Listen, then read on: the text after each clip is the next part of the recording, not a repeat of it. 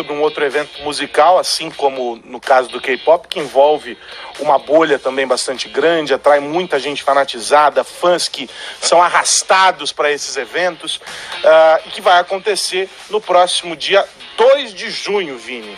É o festival Lula Livre, que acontece em São Paulo, com vários artistas da música brasileira, não é mesmo? É isso aí, é o nosso Fire Festival, né? O Lula Livre, que chega aí a sua terceira edição. No ano passado nós tivemos 2 edições, uma no Rio de Janeiro, uma em São Paulo. A do Rio de Janeiro, que foi a primeira, reuniu mais de 80 mil pessoas, e agora artistas, militantes, ativistas organizam aí esta terceira edição, que será realizada no dia 2 de junho na Praça da República, a partir das 2 horas da tarde. São 35 atrações musicais, as principais, entre elas Zé Cabaleiro, Taíde, Rael, Otto, Arnaldo Antunes, Emicida, Dead Fish e Criolo. E tem também algumas outras atrações, a gente pode até passar um vídeo aqui de divulgação desses artistas que se apresentarão.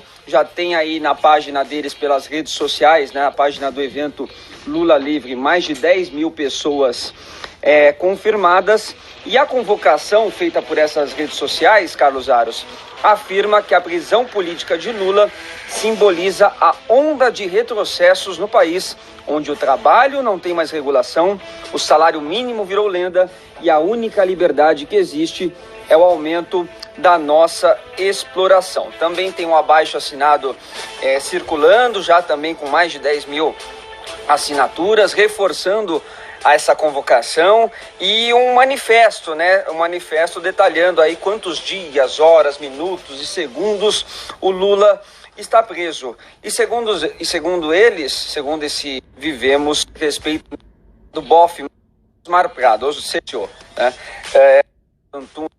Doar de... Brincadeira. Mas sabe quem já doou? Quem? Tenho certeza, e já garantiu um lugar lá colado na grade, assim, no palco. Sim.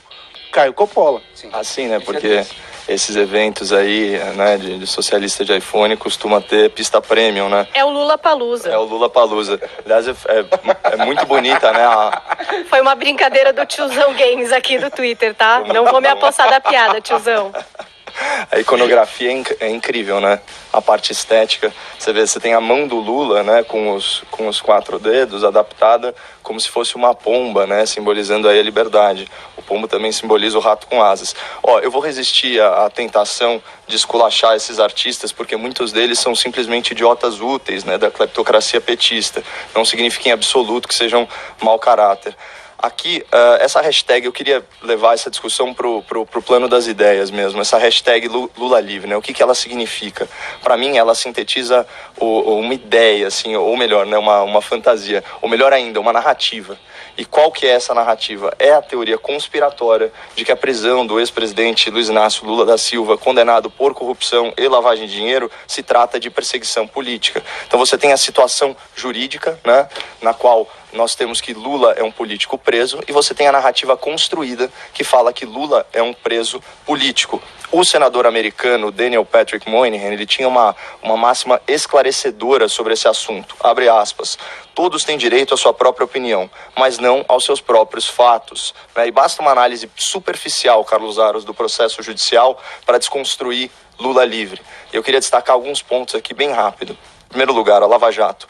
O Lula foi investigado e processado no âmbito da Operação Lava Jato, que só na primeira instância condenou 139 réus. Outros, entre eles políticos de diversos partidos. Então o Lula é só mais um entre muitos corruptos, não é nada pessoal. Segundo ponto, a condenação em primeira instância. O Sérgio Moro, que era juiz natural concursado, certo? Ele profere a sua sentença condenatória em julho de 2017. À época, você vai lembrar bem, a candidatura do Jair Bolsonaro era motivo de deboche na mídia e no mundo político. E não havia nenhuma relação entre Moro e Bolsonaro naquela ocasião. Terceiro ponto, a condenação em segunda instância. Os desembargadores do TRF4, eles aumentaram as penas cominadas pelo juiz Sérgio Moro. E, posteriormente, o STJ e o Tribunal Recursal, ele confirmou essa condenação, atenuando a pena para os tais 8 anos e 10 meses. Ou seja, só 7 meses de diferença em relação à pena original sentenciada pelo Moro. O quarto ponto, os habeas corpus. Tanto o STJ, Superior Tribunal de Justiça, quanto o STF, Supremo Tribunal Federal, rejeitaram os habeas corpus impetrados pela defesa do Lula. Então, ambos os tribunais, o recursal e o constitucional, verificaram a legalidade do processo e da sentença.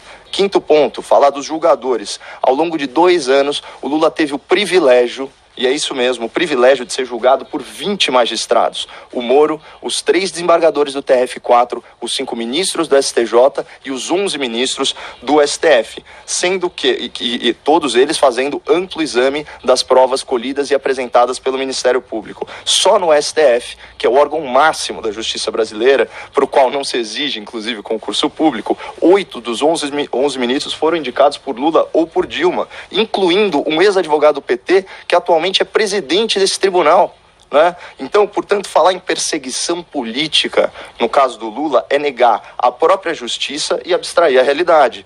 Que conspiração é essa que envolve 20 magistrados, 3 tribunais e antigos aliados do lulopetismo, que inclusive devem a sua consagração profissional aos governos do PT? Então, a conclusão é muito simples. O Lula, como preso político, não é apenas improvável, é impossível. A realidade, ela se impõe, chega a ser constrangedor argumentar contra ela. Então, como que a gente explica esse fenômeno, porque é um fenômeno, da hashtag Lula Livre?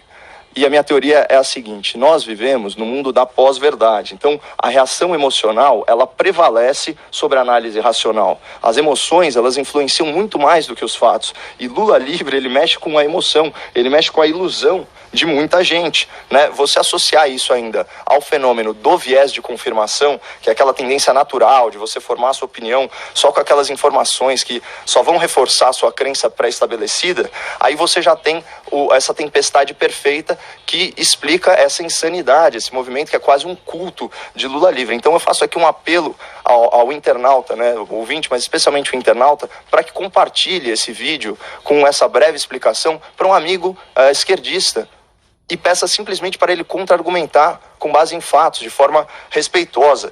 Lula Livre mostra a força de uma narrativa, Carlos Aros, a força da fantasia, a supremacia do emocional sobre o racional. Mas, em última análise, Lula Livre é um testemunho do poder da mentira. Olha o poder da mentira. É por isso que eu sempre falo sobre o Lula, não apenas porque quem desconhece a história está condenado a repeti-la, mas também porque uma mentira contada 1000 vezes se torna verdade.